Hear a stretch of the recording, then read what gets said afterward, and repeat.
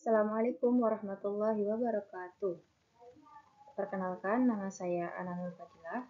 Di sini saya akan mempresentasikan materi terkait kontroversi perdagangan internasional di negara berkembang. Pokok pembahasan kita kali ini ada 4 poin. Yang pertama, import substitution policy atau industri substitusi impor dan infan industri argumen di negara berkembang. Kemudian yang kedua, proteksi perdagangan. Yang ketiga, implementasi anti-globalization movement di Indonesia.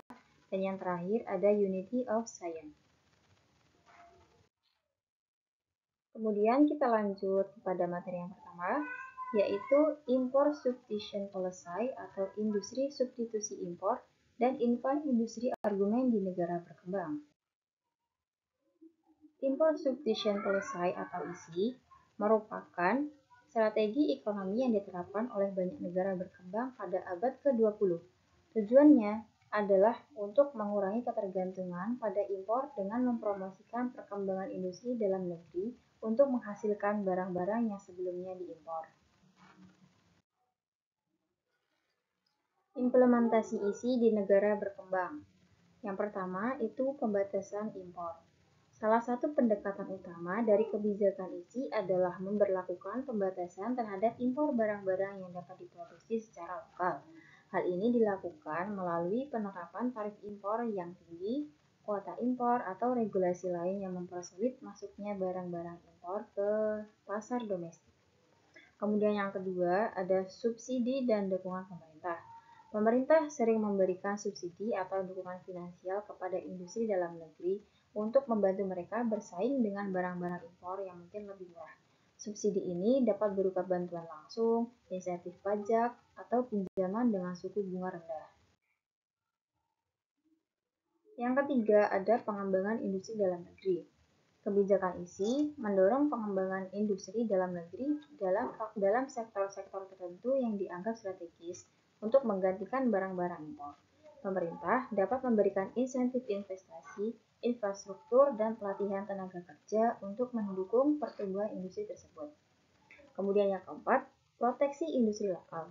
Industri-industri dalam negeri seringkali dilindungi dari persaingan luar negeri untuk memberikan kesempatan bagi mereka untuk tumbuh dan berkembang.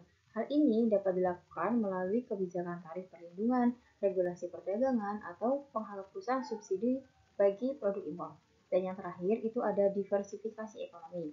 Melalui kebijakan ISI, negara-negara berkembang berharap dapat mengurangi ketergantungan mereka pada impor dan meningkatkan diversifikasi ekonomi mereka dengan mengembangkan industri-industri baru di dalam negeri.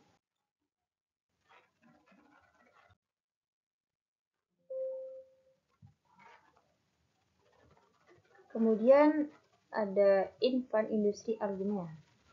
Infan industri argumen adalah konsep ekonomi yang menyarankan perlunya perlindungan sementara untuk industri dalam negeri yang masih muda dan belum dapat bersaing dengan industri dari negara-negara maju di pasar global. Konsep ini terutama relevan bagi negara-negara berkembang yang ingin memajukan industri-industri mereka. Tujuan dari adanya infan industri argumen ini untuk memberikan perlindungan dan dukungan kepada industri dalam negeri yang masih muda dan belum cukup berkembang untuk bersaing secara efektif dengan industri luar negeri yang lebih mapan di pasar global. Kemudian ada ciri-ciri infan industri. Yang pertama, itu untuk prospek pasar akan lebih cerah dalam jangka panjang karena permintaan pasar belum solid. Ciri yang kedua, produksi belum efisien karena belum mencapai skala ekonomi. Kemudian ciri yang ketiga, perusahaan lebih rentan terhadap tekanan kompetitif dari pihak eksternal. Kemudian yang keempat, perusahaan belum siap bersaing dengan industri yang sama di luar negeri. Dan ciri infan industri yang terakhir yaitu industri baru belum banyak pengalaman.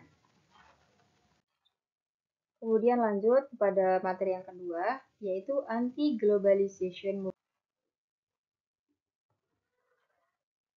Terdapat dua perspektif yang dapat menjelaskan hubungan demokratisasi dan gerakan anti-globalisasi, yakni perspektif anti-globalisasi yaitu suatu ideologi perlawanan untuk mengakhiri kekuatan korporasi multinasional IMF, Bank Dunia, dan WTO sebagai instrumen kesepakatan global untuk pertumbuhan ekonomi.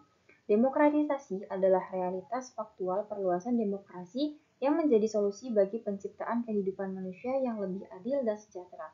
Demokrasi yang dimaksud adalah terwujudnya kedaulatan rakyat yang telah hilang akibat globalisasi dan terpenuhinya kesejahteraan sosial ekonomi rakyat dan terjaminnya hak-hak sipil. Baik, saya akan melanjutkan materi yang ketiga, yaitu tentang proteksi perdagangan. Di sini, proteksi perdagangan atau proteksionisme merupakan kebijakan pemerintah dalam pembatasan ekspor dan impor barang maupun jasa dengan tujuan melindungi perekonomian domestik. Contohnya, melindungi produsen lokal dari persaingan impor. Musuh dari perdagangan bebas adalah proteksionisme. Proteksionisme sebagai kebijakan ekonomi yang menghambat perdagangan internasional melalui tarif bea masuk impor, pembatasan kuota, pemberian subsidi, atau sejumlah hukum nasional sebagai instrumen untuk menekan impor, bahkan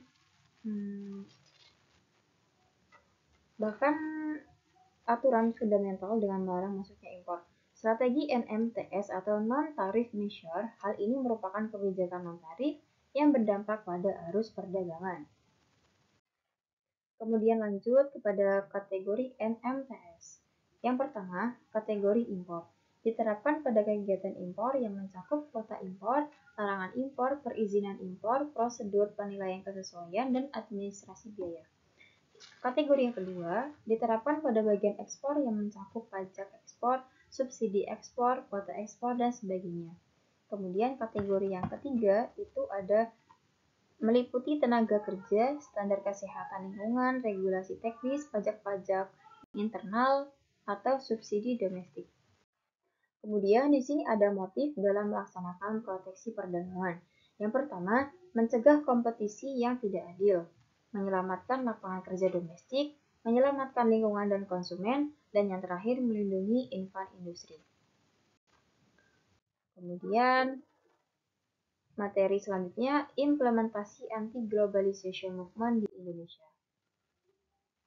Anti-globalisasi yaitu suatu istilah yang biasanya digunakan untuk menjelaskan sikap politis orang-orang dan kelompok yang menentang perjanjian perdagangan global dan lembaga-lembaga yang mengatur perdagangan antar negara, seperti Organisasi Perdamaian Dunia atau WTO. Anti-globalisasi dianggap sebagai gerakan sosial, sementara yang lainnya menganggap bahwa anti-globalisasi adalah sebuah gerakan sosial yang berbeda-beda. Siap atau tidak, globalisasi akan terus berjalan. Indonesia harus siap menjalaninya, karena perekonomian Indonesia rentan pada kemampuan menetralisasi efek negatif dari globalisasi dan gejolak pasar internasional. Tidak adanya kesiapan dengan kompetensi sumber daya manusia yang kompeten, belum berperan secara maksimal sistem hukum, politik, dan sosial yang dapat menyikapi berbagai kesempatan dari keterbukaan ekonomi ini. Perusahaan-perusahaan industri pribumi masih lemah dan kurang mampu mengantisipasi dampak jatuhnya kepercayaan luar negeri pada kondisi politik dan sosial. Proses dan kualitas pendidikan masih belum merata. Hal ini menyebabkan kesempatan ekonomi tidak sepenuhnya dapat dimanfaatkan. Peningkatan pertumbuhan ekonomi dan pembangunan yang telah mengakibatkan rusaknya kualitas lingkungan hidup di beberapa tempat wilayah tanah air. Kemudian terbatasnya informasi pasar karena masih rendahnya sebagian pegawai negeri di bidang teknologi informatika. Kemudian materi yang terakhir ada Unity of Science. Di sini saya akan membacakan Quran Surat Ar-Rum ayat 41, yaitu Bismillahirrahmanirrahim. Zaharal fasadu fil barra wal bahri bima kasabat aydin nasi liyudhiqahum ba'dalladzi amilu la'allahum yarji'un. Di mana artinya telah nampak kerusakan di darat dan di laut disebabkan karena perbuatan tangan manusia, supaya Allah merasakan kepada mereka sebagian dari akibat perbuatan mereka agar mereka kembali ke jalan yang benar. Quran Surat Ar-Rum ayat 41. Mungkin demikian presentasi yang dapat saya sampaikan. Kurang dan lebihnya saya mohon maaf. Billahi taufiq wal hidayah. Wassalamualaikum warahmatullahi wabarakatuh.